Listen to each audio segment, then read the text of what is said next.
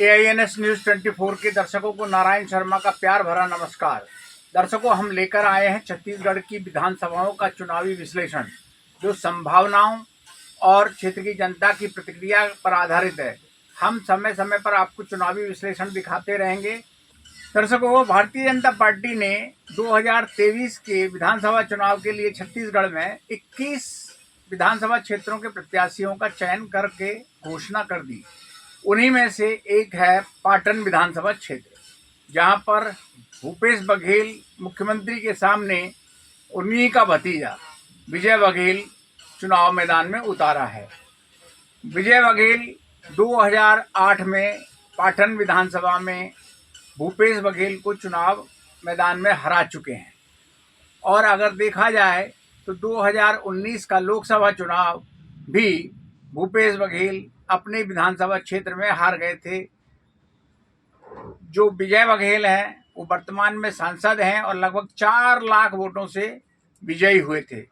जिन विधानसभाओं में भारतीय जनता पार्टी के लोग हैं या कांग्रेस के विधायक हैं, जो मंत्री हैं, वो लगभग 2019 के लोकसभा में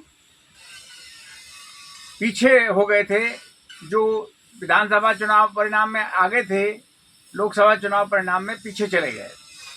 यहाँ पर 2018 का हम आपको ब्यौरा बताना चाहते हैं कि इंडियन नेशनल कांग्रेस से प्रत्याशी भूपेश बघेल 27,477 मतों से विजयी हुए थे। भूपेश बघेल को कुल मत 84,352 प्राप्त हुए। भारतीय जनता पार्टी से एक नया प्रत्याशी आया जो रायपुर में रहते हैं, मोतीलाल साहू। उन्हें हार का सामना करना पड़ा। 56,875 मत प्राप्त हुए मोतीलाल साहू को। यहाँ पर यह बताना भी लाजमी है, जनता कांग्रेस छत्तीसगढ़ के प्रत्याशी शकुंतला साहू को 13,201 मत प्राप्त हुए थे। वह तीसरे स्थान पर थी। ये समझो कि कांग्रेस का ही वोट कटा था। 2013 में इंडियन नेशनल कांग्रेस से प्रत्याशी भूपेश बघेल थे, जो 9,343 मतों से विजयी हुए थे और उन्हें 68,185 मत प्राप्त हुए थे। भारतीय जनता पार्टी के प्रत्याशी विजय बघेल थे, जो चुनाव हार गए। उनको कुल 58,842 मत प्राप्त हुए थे। पाटन विधानसभा का 2008 का चुनाव परिणाम कुछ इस प्रकार रहा। भारतीय जनता पार्टी के प्रत्याशी विजय बघेल को चुनाव में 7,842 मतों से जीत मिली थी और उन्हें कुल 59,000 मत प्राप्त हुए थे। इंडियन नेशनल कांग्रेस के प्रत्याशी भूपेश बघेल को हार का सामना करना पड़ा। उन्हें 51,158 मत मिले थे।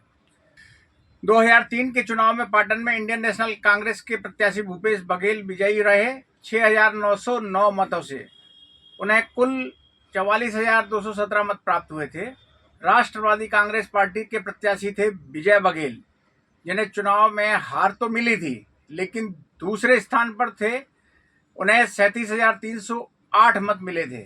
यहाँ भारतीय जनता पार्टी के प्रत्याशी थे गिरधर मढ़रिया, जिन्हें 30,205 मत मिले थे और तीसरे स्थान पर थे। विजय बघेल इस क्षेत्र में बहुत सक्रिय रहे हैं। 3 महीना पहले जो उनका टिकट फाइनल हुआ है, यह भारतीय जनता पार्टी की रणनीति का बहुत बड़ा हिस्सा है, जिससे माननीय मुख्यमंत्री भूपेश बघेल को एक चुनौती दी जा रही है। और इस चुनौती में देखते हैं कि भतीजा जीतेगा या मुख्यमंत्री जीतेंगे। आने वाला चुनाव ही बताएगा, चुनाव का परिणाम ही बताएगा कि परिणाम तो क्या होगा, लेकिन टक्कर कांटे की रहेगी। दोनों चाचा भतीजा यहाँ पर अपना एक राग अल्पाएंगे, कह भाई चाचा बोलो भतीजा, कह भाई चाचा बोलो भतीजा। तो भतीजा चाचा का ये संवाद चलता रहेगा। भतीजा बहुत सक्रिय हो गया है। पूरे क्षेत्र में आम जनता से मिलने का अभियान उन्होंने चालू कर दिया है। भारतीय जनता पार्टी ने जो 21 टिकट फाइनल किए हैं, खैरागढ़ से विक्रांत सिंह का नाम फाइनल हुआ, जो कि पूर्व मुख्यमंत्री डॉक्टर रमन सिंह के भांजे हैं और बड़े सक्रिय कार्यकर्ता बताए जाते हैं। यहाँ पर यह बताना लाजमी है, 2022 में विधायक देवव्रत के निधन के बाद उपचुनाव हुआ, जिसमें कांग्रेस के प्रत्याशी श्रीमती यशोदा वर्मा ने 87,879 मत प्राप्त किए थे। अपने प्रतिद्वंदी भाजपा के प्रत्याशी कोमल जंगेल को 20,000 मतों से हराया था। कोमल जंगेल को मात्र जो है 67,703 मत मिले थे। विधानसभा क्षेत्र खैरागढ़ में 2018 में जनता कांग्रेस छत्तीसगढ़ के प्रत्याशी देवव्रत सिंह मात्र 817 मतों से विजयी हुए थे। नई पार्टी जोगी जी की छत्तीसगढ़ कांग्रेस जनता कुल मत उनको प्राप्त हुए थे 61,516। भारतीय जनता पार्टी के प्रत्याशी थे यहाँ पर कोमल जंगेल। उन्हें करारी हार का सामना तो नहीं करना पड़ा, लेकिन हार गए। यहाँ पर तीसरे स्थान पर रहे इंडियन नेशनल कांग्रेस के प्रत्याशी गिरिवर जंघेल। उन्हें मात्र 31,811 मत प्राप्त हुए थे। 2013 के चुनाव में इंडियन नेशनल कांग्रेस के प्रत्याशी गिरिवर जंघेल मात्र 2,190 मतों से विजयी हुए थे। उन्हें 70,133 मत प्राप्त हुए थे। भारतीय जनता पार्टी के प्रत्याशी कोमल जंघेल चुनाव हार गए। उनको कुल 67,943 मत प्राप्त हुए थे। 2008 में भारतीय जनता पार्टी के प्रत्याशी कोमल जंघेल यहाँ पर विजयी रहे। 19,544 वोटों से उनको जीत मिली थी। उन्हें 62,437 मत प्राप्त हुए थे। इंडियन नेशनल कांग्रेस के प्रत्याशी मोतीलाल जंघेल को यहाँ हार का सामना करना पड़ा। उन्हें 42,893 मत प्राप्त हुए थे।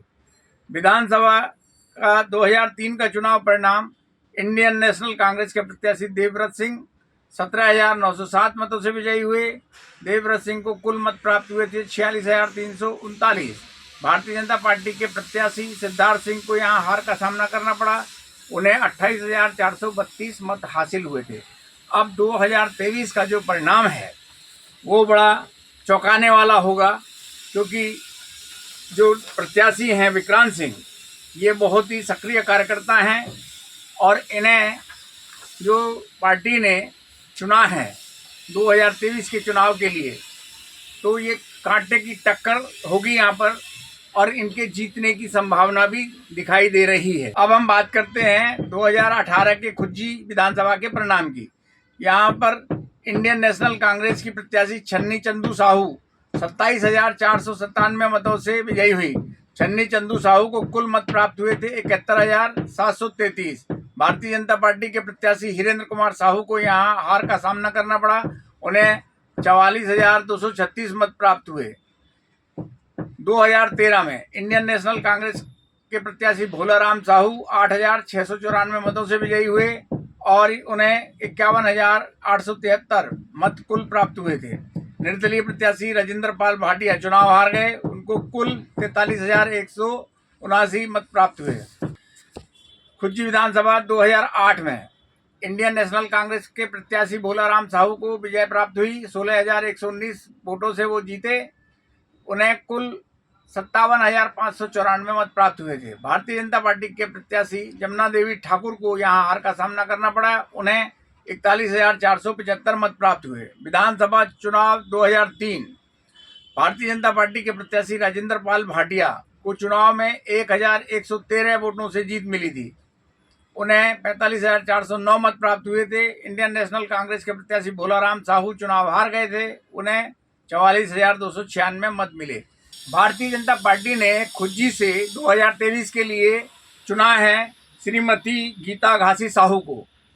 ये साहू बाहुल्य क्षेत्र छत्तीसगढ़ में बहुत है और साहू प्रत्याशियों पर भारतीय जनता पार्टी का लगता है बहुत भरोसा है। 21 में से 4 प्रत्याशी साहू हैं। तो ऐसा माना जा रहा है कि खुज्जी विधानसभा से श्रीमती गीता घासी साहू का जीतना लगभग तय है। ऐसा वहाँ के क्षेत्र की जनता और कुछ सूत्रों से पता चल रहा है। अब हम बात करते हैं विधानसभा मोहला मानपुर का 2018 का परिणाम है। इंडियन नेशनल कांग्रेस के प्रत्याशी इंद्र साहा मंडावी 21,048 मतों से विजयी रहे। इंद्र साहा मंडावी को कुल मत प्राप्त हुए थे 50,576। भारतीय जनता पार्टी की प्रत्याशी कंचन माला भुआर्य को हार का सामना करना पड़ा। उन्हें 29,528 मत प्राप्त हुए थे। 2013 में मोहला मानपुर विधानसभा में इंडियन नेशनल कांग्रेस के प्रत्याशी तेज कुमार गोवर्धन जो कि 956 मतों से विजयी हुए थे, उन्हें 42,648 मत प्राप्त हुए थे। भारतीय जनता पार्टी के प्रत्याशी भोजे शाह मंडावी चुनाव हार गए थे, उन्हें कुल 41,692 मत प्राप्त हुए थे। 2008 में इंडियन नेशनल कांग्रेस के प्रत्याशी शिवराज सिंह उसारे को चुनाव में जीत हासिल हुई। 6,441 वोटों से जीते, उन्हें कुल 43,890 मत प्राप्त हुए थे। भारतीय जनता पार्टी के प्रत्याशी दरबार सिंह मंडावी को हार का सामना करना पड़ा, उन्हें 37,449 मत प्राप्त हुए थे। 2023 में भारतीय जनता पार्टी ने मौला मानपुर से संजीव शाह को मैदान में उतारा है और 3 महीने पहले टिकट देकर ये सुनिश्चित किया है कि ये प्रत्याशी जीतने के लिए आए हैं। कांग्रेस के पुराने रिकॉर्ड को तोड़ते हुए इनको जीतना है। जीतने की संभावनाओं को देखते हुए इनकी भी जीत की संभावना मौला मानपुर से दिखाई दे रही है। अब हम बात करते हैं विधानसभा क्षेत्र कांकेर की, जहां पर 2018 का परिणाम इस प्रकार है। इंडियन नेशनल कांग्रेस के प्रत्याशी शिशुपाल सोरी, जो कि IAS अधिकारी रहे हैं, वो कांग्रेस ज्वाइन किए और उन्होंने 19,804 मतों से विजय प्राप्त की। शिशुपाल सोरी को कुल मत 69,053 मत मिले। भारतीय जनता पार्टी के प्रत्याशी यहाँ हीरा मरकाम को हार का सामना करना पड़ा, उन्हें 49,249 मत प्राप्त हुए। 2013 में कांकेर विधानसभा में इंडियन नेशनल कांग्रेस के प्रत्याशी शंकर ध्रुव 4,625 मतों से विजयी हुए और उन्हें 50,586 मत प्राप्त हुए थे। भारतीय जनता पार्टी के प्रत्याशी संजय कोडोपी चुनाव हार गए थे, उनको कुल 45,961 मत प्राप्त हुए थे। 2008 के चुनाव में कांकेर में भारतीय जनता पार्टी की प्रत्याशी सुमित्रा मार्कोले को विजय प्राप्त हुई। 17,503 मतों से वो जीती थी, उन्हें 46,793 मत प्राप्त हुए थे। इंडियन नेशनल कांग्रेस की प्रत्याशी डॉक्टर प्रीति नेताम को यहाँ हार का सामना करना पड़ा, उन्हें 29,290 मत प्राप्त हुए। विधानसभा चुनाव 2003 भारतीय जनता पार्टी के प्रत्याशी अघन सिंह ठाकुर को यहाँ चुनाव में जीत हासिल हुई। 25,811 वोटों से जीत मिली, उन्हें 50,198 मत प्राप्त हुए थे। इंडियन नेशनल कांग्रेस के श्याम ध्रुव यहाँ चुनाव हार गए थे, उनको 24,387 मत प्राप्त हुए थे। 2023 में आशाराम नेताम को भारतीय जनता पार्टी ने 3 महीने पहले टिकट देकर चुनाव जीतने के लिए तैयार किया है और यहाँ पर काफ़ी टक्कर दिखाई दे रही है। दोनों प्रत्याशी जो वर्तमान विधायक हैं, शिशुपाल सोरी और आशाराम नेताम में होगी कड़ी टक्कर। अब जीत का फैसला जनता करेगी, कौन जीतेगा कौन हारेगा यह तो चुनाव परिणाम ही बताएगा। अब हम बात करते हैं बस्तर चुनाव क्षेत्र की। बस्तर का चुनाव परिणाम 2018 में इंडियन नेशनल कांग्रेस के प्रत्याशी लखेश्वर बघेल के पक्ष में गया। 33,471 मतों से विजयी हुए थे। लखेश्वर बघेल को कुल मत प्राप्त हुए थे 74,378। भारतीय जनता पार्टी के प्रत्याशी सुभाऊ कश्यप को यहाँ हार का सामना करना पड़ा, उन्हें 40,907 मत प्राप्त हुए थे। इसी तरह 2013 में इंडियन नेशनल कांग्रेस के प्रत्याशी लखेश्वर बघेल विजयी हुए, 19,168 मतों से विजयी हुए और उन्हें कुल मत प्राप्त हुए थे 57,942। भारतीय जनता पार्टी के प्रत्याशी सुभाऊ कश्यप चुनाव हार गए, उनको कुल 38,774 मत प्राप्त हुए थे। इसी तरह 2008 के चुनाव में भारतीय जनता पार्टी के प्रत्याशी सुभाऊ कश्यप विजयी रहे, उन्हें 1,201 वोटों से जीत मिली। कुल मिलाकर 39,991 मत प्राप्त हुए थे। यहाँ पर इंडियन नेशनल कांग्रेस के प्रत्याशी लखेश्वर बघेल को हार का सामना करना पड़ा, उन्हें 38,790 मत प्राप्त हुए थे। लेकिन 2023 के चुनाव में ऐसा लगता है बस्तर विधानसभा में कांग्रेस के प्रत्याशी भारी रहेंगे। अभी जो नए प्रत्याशी आए हैं मनीराम कश्यप, उनको कड़ी टक्कर का सामना करना पड़ सकता है और लखेश्वर बघेल इस समय मजबूत दिखाई दे रहे हैं। भारतीय जनता पार्टी के या कांग्रेस के प्रत्याशी की जीतने की संभावनाओं में ये जो पार्टियां हैं, अन्य पार्टियां, इनकी भी अहम भूमिका रहेगी, जिनमें आम आदमी पार्टी, जनता कांग्रेस जो जोगी कांग्रेस है, गोंडवाना गणतंत्र पार्टी, बहुजन समाज पार्टी, सर्व आदिवासी समाज, Chhattisgarhiya Kranti Sena, Rashtravadi Congress party, Samajwadi party, police Peedit Samaj party, Shiv Sena, Chhattisgarhi समाज पार्टी और नोटा में भी लोग बहुत सारा वोट डालते हैं। तो हार जीत का फैसला ये लोग भी प्रभावित करते हैं। तो दर्शकों, यह था आज का चुनावी विश्लेषण।